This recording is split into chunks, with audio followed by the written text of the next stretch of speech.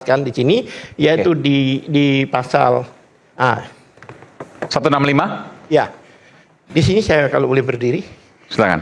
Pengadilan negeri berwenang memeriksa, mengadili dan memutuskan perkara tindak pidana yang dilakukan. Ini undang-undang loh ya. Di atas surat keputusan Mahkamah Agung. Pidana yang dilakukan di daerah hukumnya.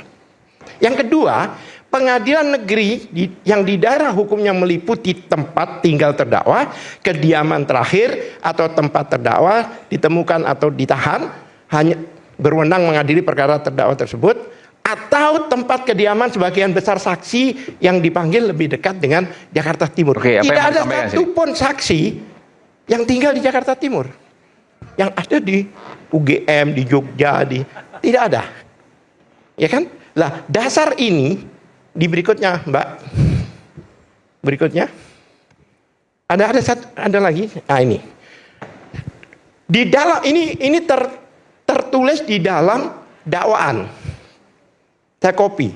Bahkan digunakan KUHP baru dan KUHP lama. Dua-duanya digunakan ini. Ya kan? Dalam pasal 166 KUHP baru, dalam hal keadaan daerah tidak memungkinkan suatu pengadilan negeri untuk mengadili suatu perkara, atas usul ketua pengadilan negeri atau kepala kejaksaan negeri yang bersangkutan, Mahkamah Agung menetap. Jadi penetapan ini berdasarkan usul ini.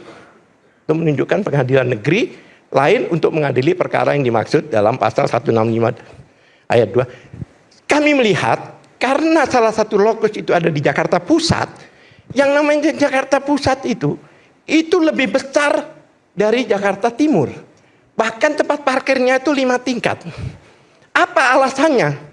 Sehingga disidangkan di Jakarta Timur. Pasal 85 yang dalam hal keadaan daerah tidak mengizinkan, mungkin ada satu peristiwa pembunuhan atau apa yang tidak menginginkan, baru penetapan MA itu digunakan. Ini dasarnya. Oleh sebab itu, salah satu yang kami eksepsikan yang adalah kompetensi relatif. Jadi kami keberatan dilakukan di Jakarta Timur. Saya ada 2 dimenangkan eksepsi, ada di Surabaya sama di Medan. Dua-dua ini kompetensi relatif. Dan inilah salah satu yang kami ajukan. Kemudian di eksepsi kami itu, diantaranya di eksepsi kami itu, yaitu masalah independen daripada media. Seperti yang dikatakan tadi. Oke. Ya, media. Dari masalah media ini kan sudah ada undang-undangnya. Apalagi satu dialog di TV seperti ini, itu ada undang-undangnya. Dan tidak boleh langsung dipidanakan. Ya kan, ada undang-undang pers, ada hak jawab dan sebagainya.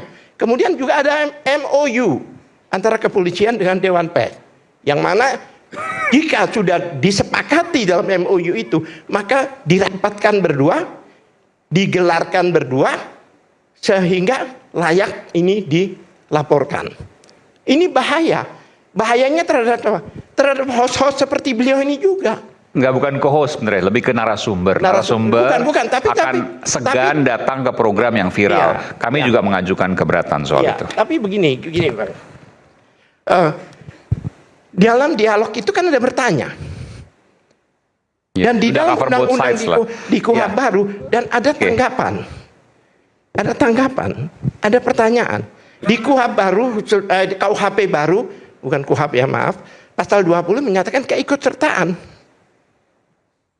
Baik, ya itu yang kami khawatir, bahwa dialog-dialog di sini akan tidak ada lagi kalau setiap dialog seperti ini dikriminalisasi, saya katakan. Itu salah satu yang dikatakan. Kemudian yang menarik lagi, Pak Jokowi itu bulan tanggal 30 April ya? Lapor 30 April. Kemudian link-link bukti-bukti yang Butiva itu rata-rata itu setelahnya. Ada bulan Mei. Ya kan? Ada setelahnya. Kan suatu bukti itu di suatu laporan itu kan sebelumnya. Itu diantaranya. Dan dari sekian link-link itu, mungkin hanya 5, Bu Tifa. Itu link-linknya orang lain. Itu yang kita nanti. Oleh sebab itu kami yakin, mudah-mudahan eksepsi kami diterima. Mohon doa. Oke. Itu diantaranya. Baik, oke. Saya bisa tambahkan sedikit. Oke, silakan. Oke, jadi begini Pak Alkatiri, saya tambahkan sedikit tadi. Pak Alkatiri kan keberatan adanya RJ dan jaksa karena sudah menjawab bahwa ini adalah delik aduan. Tuh, jadi prerogatif sama pelapor. Tapi ada 2 pasal adalah delik umum. Ya. Nah, saya tidak bilang pendapat jaksa salah. Tunggu, dengar dulu. Tidak salah. Kalau yang namanya delik umum, bahkan sampai pembunuhan, dia tetap boleh melakukan pemeriksaan walaupun korban sudah memaafkan. Keluarga korban, sorry. Tapi masalahnya tidak boleh dilakukan standar ganda dan pelanggaran pasal 28D ayat 1 Undang-Undang Dasar. Equality before the law. Ya. Jadi terhadap 3 orang yang sudah RJ harus diberlakukan juga 2 pasal itu. Kalau mau fair. Saya ini tidak ada ini ya, tidak ada kepentingan, tendensi apapun. Jadi seharusnya kalau demikian jawaban jaksa, jadi 3 orang itu tetap berjalan yang delik umum, nggak bisa dicabut kan? Ya udah 3-3-nya nggak bisa dicabut juga, begitu. Kalau mau fair, ya itulah namanya kita melihat dari sisi hukum pidana yang fair trial dan tidak berpihak. Demikian. Oke, baik. Oke, saya putarkan dulu boleh yang soal Rektor OVA. Rektor OVA nanti kita akan putarkan. Sudah siap? Oke, silakan. Oke. Silakan. Joko Widodo lulus program sarjana pada tanggal 23 Oktober 1985. Tadi tanggal berapa ya? Dengan Tadi indeks 5 November. prestasi di atas 2,5. Yang dikirim yang tadi ya. Yang memang merupakan indeks prestasi minimal. 7. Joko Widodo telah menerima ijazah asli sesuai ketentuan. Sejak itu, segala hal yang terkait ijazah tersebut, termasuk keputusan menunjukkan kepada publik atau tidak, merupakan tanggung jawab yang bersangkutan. 8. Terkait foto ijazah Joko Widodo berkacamata, kami tegaskan bahwa di masa itu yang dilarang adalah foto diri dengan kacamata hitam.